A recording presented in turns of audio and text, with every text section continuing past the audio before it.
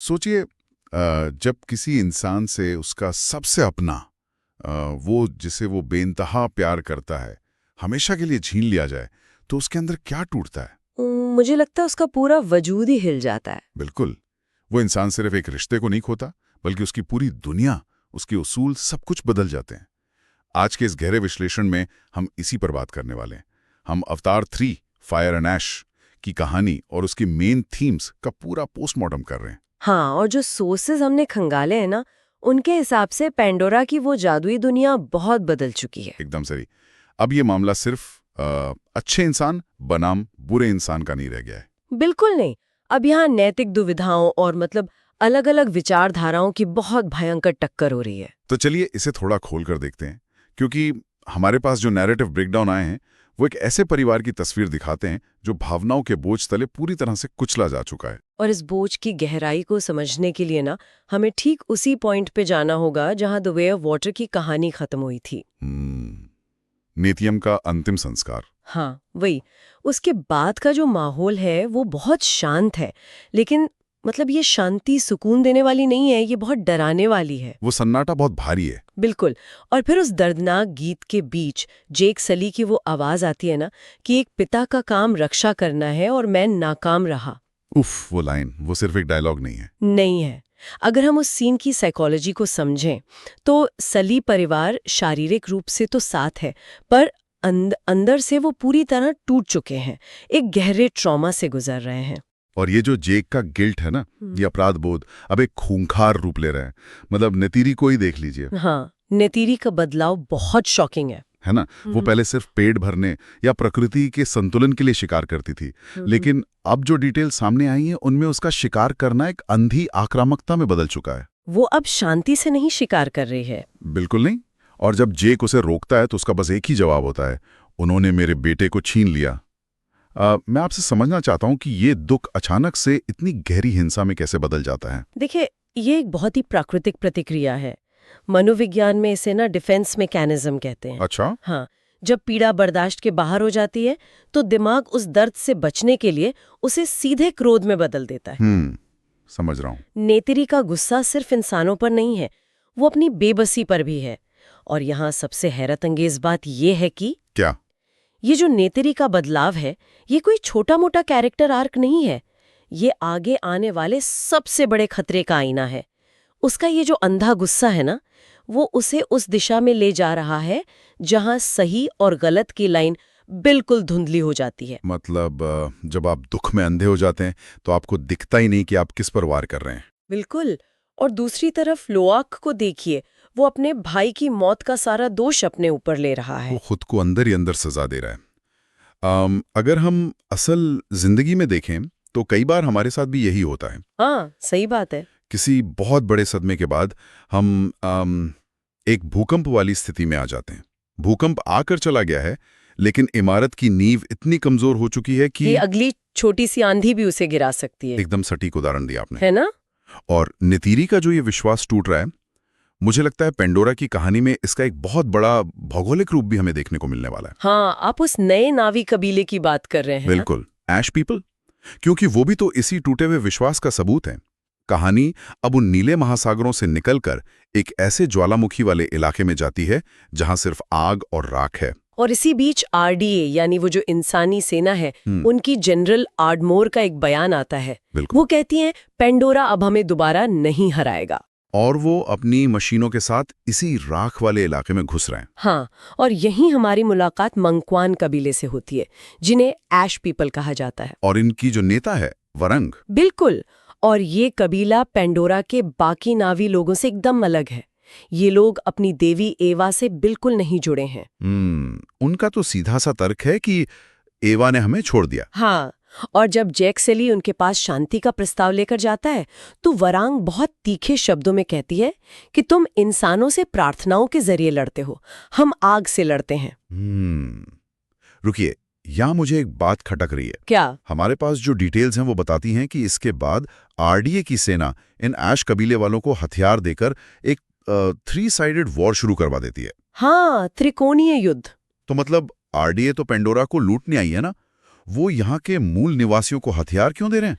ये इतिहास की सबसे पुरानी सैन्य रणनीति है। फूट डालो और राज करो, या जिसे हम प्रॉक्सी वॉर कहते हैं। अच्छा, तो वो खुद सीधे नहीं लड़ रहे हैं? बिल्कुल। आरडीए समझ चुकी है कि पेंडोरा के जंगलों से सीधे लड़ना बहुत महंगा पड़ रहा है। तो जनरल आर्मडो यहाँ एक साम्राज्यवादी चाल चल रही है। मतलब एक कबीले को दूसरे के खिलाफ खड़ा कर दूं। हाँ, ताकि इंसानी सेना का नुकसान कम हो। ऐश पीपल के मन में पहले से ही एवा और बाकी नावी लोगों के लिए कड़वाहट है। आरडीए बस उसी कड़वाहट को हथियारों की शक्ल दे रही है। ये तो बहुत खतरनाक चाल है।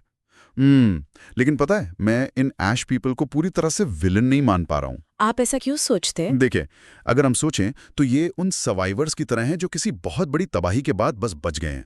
उस ज्वालामुखी के बीच जहां कोई जीवन है ही नहीं, वहां एवा की पूजा करने से तो उनका पेट नहीं भरेगा ना। ये बात तो है। जिंदा रहने के लिए उन्हें कठोर होना पड़ा, अपनी परंपराओं को छोड़ना पड़ा। जब आपकी दुनिया जल रही हो तो आप प्रार्थना करना छोड़ देते हैं और हथियार उठा लेते हैं। मतलब उनके लिए सर्वाइवल ही सबसे बड़ी ताकत है। बिल्कुल। क्या हम इन्हें सच में बुरे लोग कह सकते हैं? और यही तो अवतार 3 का सबसे बड़ा शिफ्ट है। ये अब इंसान बनाम नावी की लड़ाई नहीं रही, ये नावी बनाम नावी है। एक विचारधारा की जंग। एकदम सही। एक तरफ जेक और उसका परिवार है जो विश्वास का प्रतीक है, और दूसरी तरफ ऐश पीपल है जिनका जीवन सिर्फ और सिर्फ अपने अस्तित्व को बचाने की जद्दोजहद है। Faith versus survivalism. हाँ, लेकिन जहां ऐश पीपल का मानना है कि इस आग और राख में कोई अध्यात्म या एवा जिंदा नहीं रह सकती, वहीं कहानी का एक हिस्सा इसे गलत भी साबित करता है। आप कीरी और स्पाइडर वाले हिस्से की बात कर रही हैं? बिल्कुल।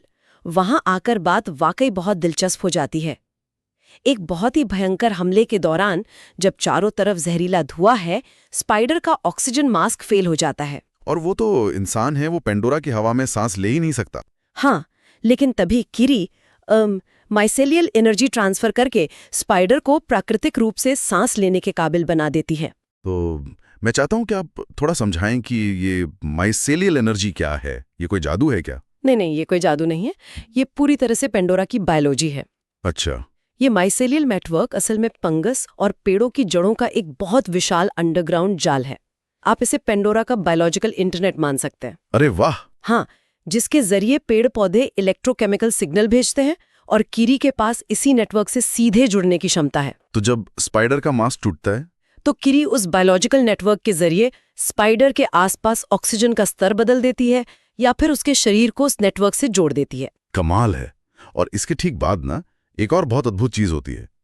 कीरी उस राख वाले इलाके में देखती है कि राख की मोटी परत के नीचे भी कुछ छोटे पौधे चमक रहे हैं। हाँ, वो फुसफुसाती है, तुम अभी भी यहीं हो।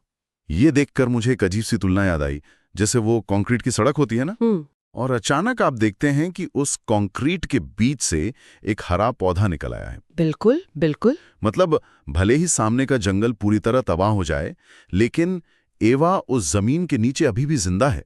वो सिर्फ हालात के शांत होने का इंतजार कर रही है। और इसका सीधा सा मतलब है कि आग सिर्फ विनाश नहीं है, ये नया जीवन भी है। पुरानी चीजें जलती हैं ताकि राख से नया जीवन निकल सके। क्या बात है! और साथ ही स्पाइडर का ये जो बायोलॉजिकल कनेक्शन बना है, ये आगे चलकर उसे स्पिरिट वर्ल्ड में जाने का रास्ता देता है, जहां वो डॉक्टर ग्रेस ऑगस्टीन से मिलता है। हाँ, और ये दिखाता है कि पेंडोरा ने स्पाइडर को अब पूरी तरह से अपने परिवार में अपना लिया है। स्पाइडर को तो पेंडोरा ने अपना लिया, लेकिन इस कहानी में एक और ऐसा किरदार है जो अपनी पुरानी पहचान से लड़ रहा है। मैं रिएकॉम क्वारेज की बात कर रहा हूँ। ओहो, क्वेरेज का कैरेक्टर तो इस बार बहुत ही कॉम्प्लेक्स हो गया है ना? वो एक ऐसा अवतार अवशरीर है जिसमें इंसानी सैनिक का दिमाग डाउनलोड किया गया है, लेकिन कहानी में वो स्पाइडर और बच्चों को ढूंढने के लिए जेक के साथ एक मजबूर गठबंधन बनाता है। हाँ, एक मजबूरी का अलायंस। और जब आखिरकार उसे स्पाइडर मिलता है तो वो पहले की तरह चीखता नहीं है।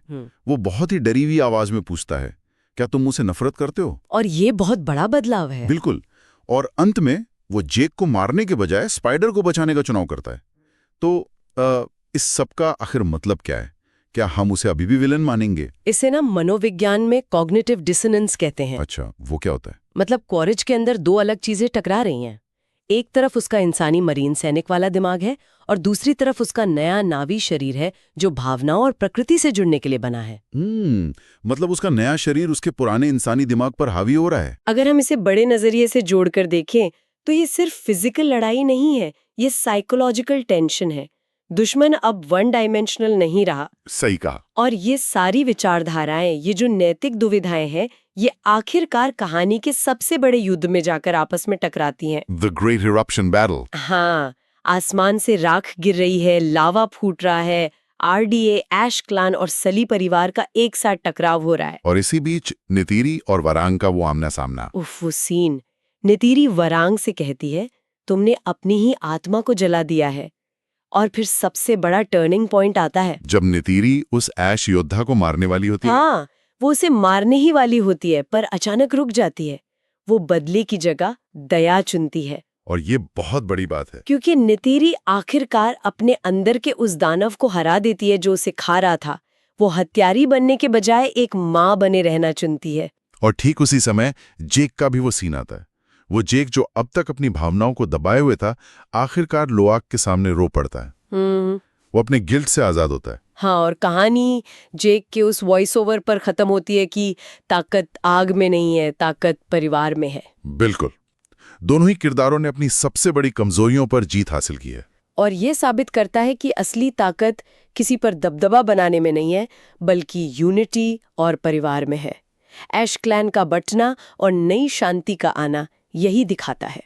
कहानी भले युद्ध पूरी तरह खत्म नहीं करती, पर इनके कैरेक्टर आर्क्स को मुकम्मल कर देती है। सही बात है। तो अगर हम एक क्विक रीकैप करें कि इस गहरे विश्लेषण से हमने क्या सीखा, तो वो ये है कि अवतार का ये यूनिवर्स अब सिर्फ सर्वाइवल की कहानी नहीं है। ये कल्चर, दुख और विचारधारा का एक कॉम्प्लेक्स जाल बन चुका है। हमने देखा कि कैसे दुख गुस्से में बदलता है और आखिर में सिर्फ दया ही उस आग को बुझा सकती है। और अगर हम इसे अपने सुनने वालों की जिंदगी से जोड़ें, तो कई बार हमारे सामने भी ऐसी परिस्थितियां आती हैं जो हमारे अंदर के उस नेत्री वाले गुस्से को जगा देती हैं। हम अपने आसपास दीवारें खड़ी कर लेते हैं। हाँ, बिल्कुल। लेकिन ये कहानी याद दिलाती है कि सच्ची ताकत अपने दिल को कठोर बनाने में नहीं है, बल्कि वल्नरेबल होने और अपनों से जुड़े रहने में है। बहुत सही कहा आपने। लेकिन जाने से पहले ना, एक बहुत ही नया और प्रोवोकेटिव पॉइंट मेरे दिमाग में आ रहा है। वो क्या? हमने देखा कि युद्ध में किरी अपने दुश्मनों के यानी ऐश पीपल के न्यूरल ब्रेड्स का इस्तेमाल करती है। वो उनके दिमाग के नेटवर्क को हैक कर लेती है ताकि वरांग की ताकत को तोड़ सके। हाँ, वो माइंड कंट्रोल वाला हिस्सा। बिल्कुल। अब इससे एक बहुत गहरा सवाल पैदा होता है। पैंडोरा की जिस स्पिरिचुअल हार्मनी और नेटवर्क की हम इतनी तारीफ करते हैं, क्या उसमें फ्री विल या स्वतंत्र इच्छा की कोई जगह है? ओहो, ये तो बहुत डरावना सवाल है ना? अगर एवा या उसकी प्रतिनिधि किसी दूसरे नावी के माइंड को जबरदस्ती हाईजैक कर सकती है, तो क्या ऐश पीपल एवा से डरने में कहीं ना कहीं सही थे? ये वाकई सोचने वाली बात है। क्या सच्चा कनेक्शन और बायोलॉजिकल माइंड कंट्रोल के बीच की लाइन धुंधली हो रही है? बिल्कुल। ये एक ऐसा सवाल है जो हम सबको सोचने पर मजबूर कर देगा। तो इस गर्मागर्म बहस और इस शानदार चर्चा को हम यहीं रोकते हैं। ये खोजबीन आगे भी जारी रहेगी। तब तक के लिए इन सवालों पर विचार करते रहिए।